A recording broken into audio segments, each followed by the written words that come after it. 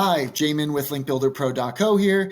If you're watching this video, you've already probably gone to my site. Thanks very much for checking me out. So this video specifically is just speaking to what a link building campaign looks like with me. I always suggest a minimum of 10 links to start a campaign, although, we could scale down if the budget is tight, right? We certainly want to make sure we're building enough links to make an impact on the keywords that we're targeting. So it all starts with high level metrics, understanding where you currently are and managing expectations, right? Depending on your DR, your UR, your referring domain to link count, all the numbers you see here, that's going to give us a good understanding again on the front end of, what you can expect to see from building links. This is actually a client of mine. They've been performing really well. So, they've set the bar quite high. And after we understand kind of where we are currently and what we can expect to see from any given campaign, then we would go into the keyword research. So using this client once more as an example, we would, digest the keyword profile to discover low-hanging fruit. What I mean by that is just simply how relevant is said keyword to you? How many people are searching for said keyword per month? What's the KD score? It's keyword difficulty. It's proprietary to Ahrefs, but it gives us a really good idea of understanding, again, what's possible. And then where you're currently positioned, right? The closer you are to page one, the less effort it will take to get you onto page one, i.e., establishing a path of least resistance, or again, low-hanging fruit, however you want to look at it. But ultimately, these two front-end analyses will really allow me to speak to you on what's possible, right? I don't want to sell you a service and not provide something that is impactful for your business, right? A deliverable that's going to make a difference. So very transparent and honest on the front end. What's most important for me is that we have a good working relationship. I'm blessed that there's plenty of opportunities in this space. So, that's part of these preliminary conversations as well, as just making sure we're on the same page.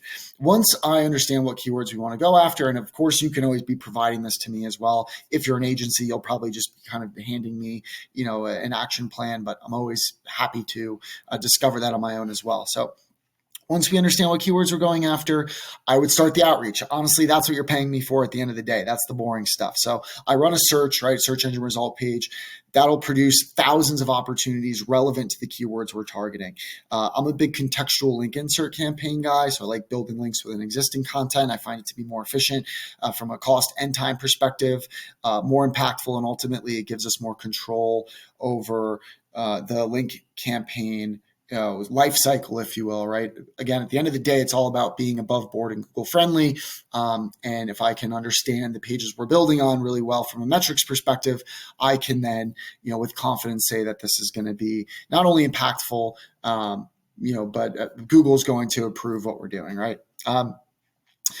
So once I find opportunities, I then present them to you. I don't do anything without your insight and oversight. So just showing you a very simple Google sheet that I use, right? One tab would be link opportunities and one would be the keyword data, right? This would be our master sheet, if you will. You can see what a typical column header would look like, right? This is something we could also refine through our initial communication. But ultimately, I would be adding the target URL where we can build the link, what the spam score is, what the webmaster is charging for said link. We can talk about pricing in a minute, or I certainly will. The DR, UR, you can see here, site traffic, etc. Right? And again, these can be better or further refined if you have specific needs. Once I share those opportunities with you, again, the idea being that there's full transparency here and you can improve every step along the way, although a lot of my clients do ultimately give me carte blanche pretty early on. But assuming you wanted to approve the sites we were building links to, you would then say, looks great, Jay, let's build rows 5 through 10, or highlight them however you'd like to indicate that you want to proceed with a page.